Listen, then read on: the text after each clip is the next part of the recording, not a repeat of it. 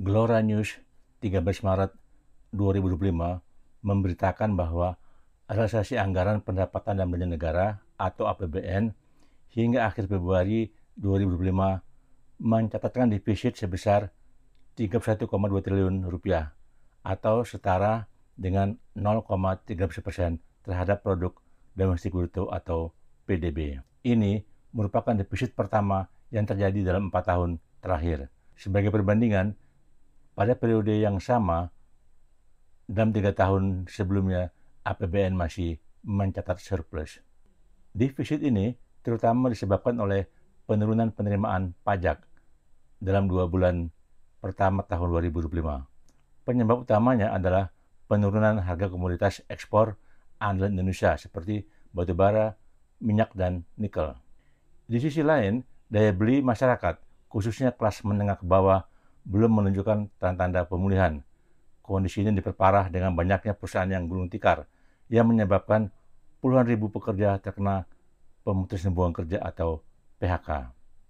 Dampaknya, lesunya daya beli dan tingginya angka PHK dan pengangguran menjadi beban tambahan bagi laju pertumbuhan ekonomi nasional.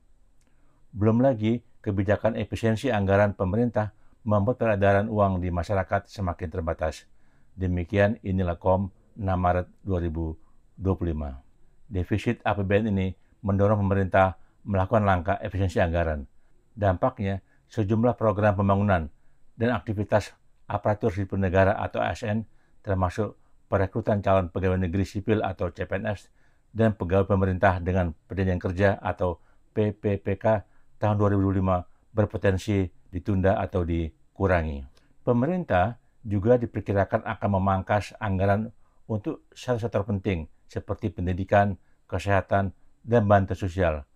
Program prioritas seperti makan bergizi gratis, beasiswa, dan berbagai bentuk subsidi berisiko terkena pemangkasan. Akibatnya, masyarakat berpenghasilan rendah akan paling merasakan dampaknya dan tingkat kemiskinan berpotensi meningkat. Selain itu, beberapa proyek pembangunan besar bisa saja dihentikan sementara. Proyek strategis nasional atau PSN dievaluasi kembali, dan proyek besar seperti pembangunan Ibu Kota Nusantara atau IKN terancam tertunda. Salah satu opsi yang tersedia bagi pemerintah untuk menambal defisit APBN adalah dengan kembali menambah utang luar negeri, sebagaimana dilakukan pemerintahan sebelumnya. Namun, beban utang yang sudah membengkak meningkatkan kekhawatiran akan ketergantungan Indonesia pada pembiayaan asing. Bila tidak dikelola dengan hati-hati, hal ini dapat memperburuk stabilitas fiskal dalam jangka panjang.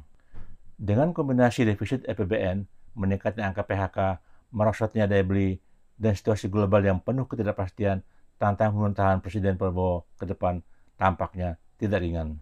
Salah satu solusi yang mendesak adalah pemberantasan korupsi yang lebih tegas dan efektif untuk mengawasi keuangan negara agar tidak bocor kemana-mana.